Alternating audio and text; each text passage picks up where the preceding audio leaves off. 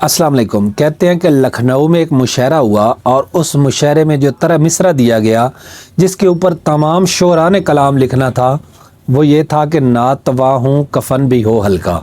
बहुत सारे बड़े सगीर से शोरा इकट्ठे हुए और वहाँ पे बड़ा ज़बरदस्त मुशायरा मुनक़िद किया गया और तमाम शोरा ने इस जुमले को, इस तरह मिसरा को अपने कलाम में फ़िट किया।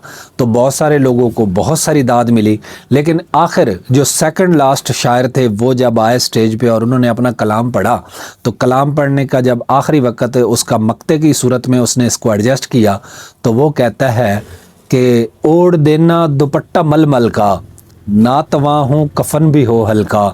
तो उसका ये शेर इतना मकबूल हुआ कि लोगों ने खड़े होकर उसके लिए हैंड क्लैपिंग की, उसके लिए तालियां बजाई, उसको शोर गोल करके उसको दाद दी और बड़ा उसके इस शेर को अप्रिसिएशन मिली और उसको बहुत सारी दाद मिली। एक शायर की सबसे बड़ी जागीर उसकी मिलने वाली दाद ही होती है।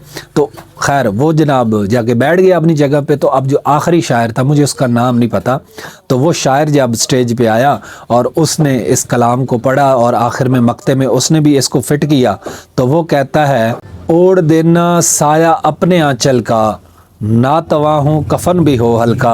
उसका ये मिसरा पढ़ना था, लोगों ने कुर्सियाँ पलट दी, मुशायरा तोड़ दिया और लोगों ने कहा ये एंड हो गया है।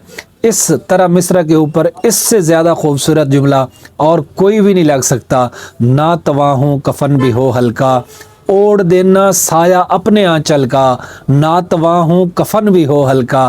तो लोगों ने कहा यहाँ पे एंड हो गया कलाम का, इससे बेहतर कलाम इस जगह पे और पेश हुआ ही नहीं है, हो भी नहीं सकता।